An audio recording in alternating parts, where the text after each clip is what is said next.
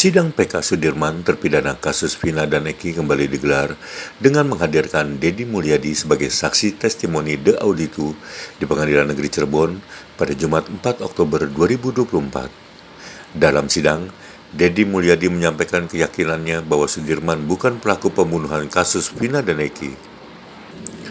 Alasannya, Sudirman tidak memiliki fisik serta mental yang dapat dinyatakan sebagai pelaku pembunuhan. Setelah saya mendapatkan kesan yang mendalam bahwa Sudirman bukanlah orang yang memiliki kualifikasi untuk melakukan tindak pidana.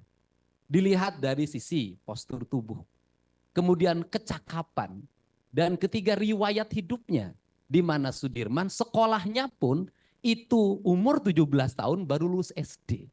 Artinya bahwa dia tidak memiliki kualifikasi atau kecakapan seperti orang-orang yang lainnya, apalagi melakukan tindak pidana pembunuhan dan perbuatan asusila. Melihat dari sisi fisik dan fisik yang dimiliki oleh Sudirman, saudara Sudirman menurut saya jauh dari peristiwa yang dituduhkan itu.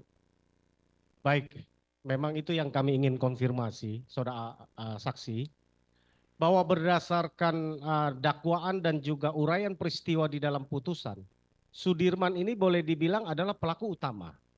Karena pada tanggal 17 Agustus di dalam dakwaan dan uraian peristiwa di putusan, Sudirman ini mendapatkan SMS dari DPO yang bernama Dani.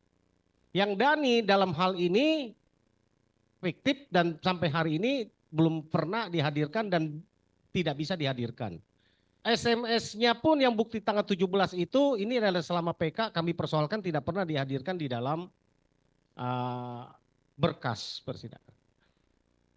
Bahwa dia karena dituduh dia terus yang kesakatatal, lalu dia yang memprovokasi, saya sependapat dengan apa yang saksi sampaikan tadi, bahwa biasanya seorang saksi pelaku utama, apalagi ini dalam unsur pembunuhan berencana, tentu dia harus aktif mempengaruhi orang, apalagi ini 11 orang.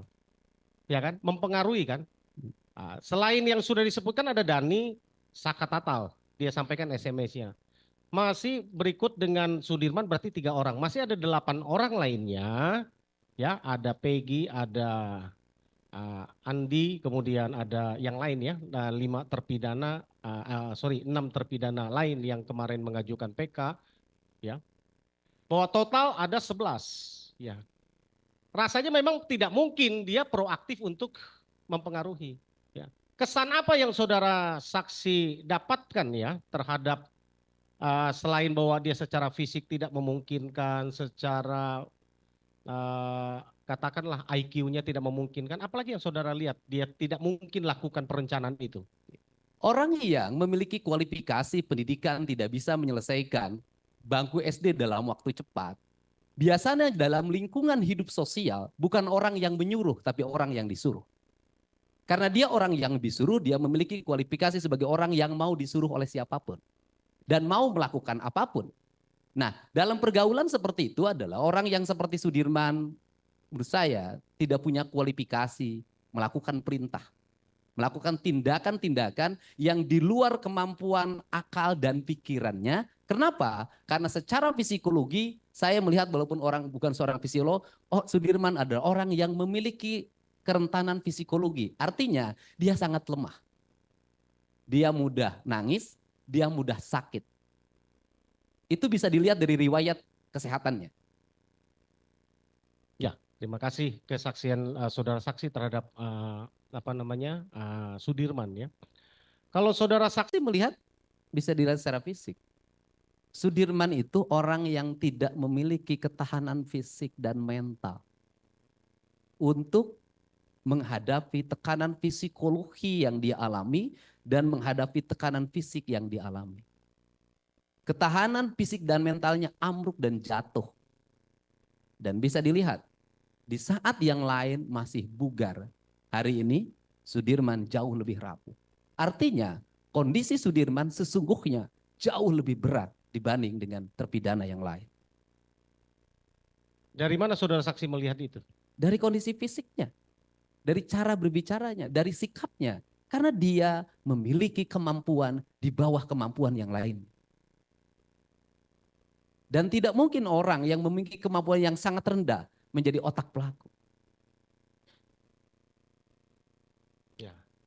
Setelah melihat nih, sesudah bertemu dan sekarang melihat persidangan PK berjalan, kami ingin tanggapan saudara saksi terhadap Sudirman selain tadi adalah yang paling rapuh, yang paling berat menghadapi siksaan tadi, apalagi kesan, apalagi yang saudara saksi dapatkan terhadap Sudirman ini? Sudirman merupakan orang yang paling berat. Karena dia mengalami tuduhan yang berat. Dia mendapat prasangka dari terpidana yang lain. Prasangka sebagai orang yang seluruh ucapannya dan tindakannya menjadi alat untuk membunuh teman-teman. Prasangka itu akan melahirkan tekanan psikologi yang sangat tinggi. Sedangkan dia sendiri tidak memiliki kesadaran yang cukup untuk melakukan perbuatan hukum, beracara, menghadapi penyidikan, menghadapi penuntutan dan menghadapi penjara yang dia alami. Sesungguhnya Sudirman adalah orang yang paling rapuh di antara seluruh terpidana yang ada.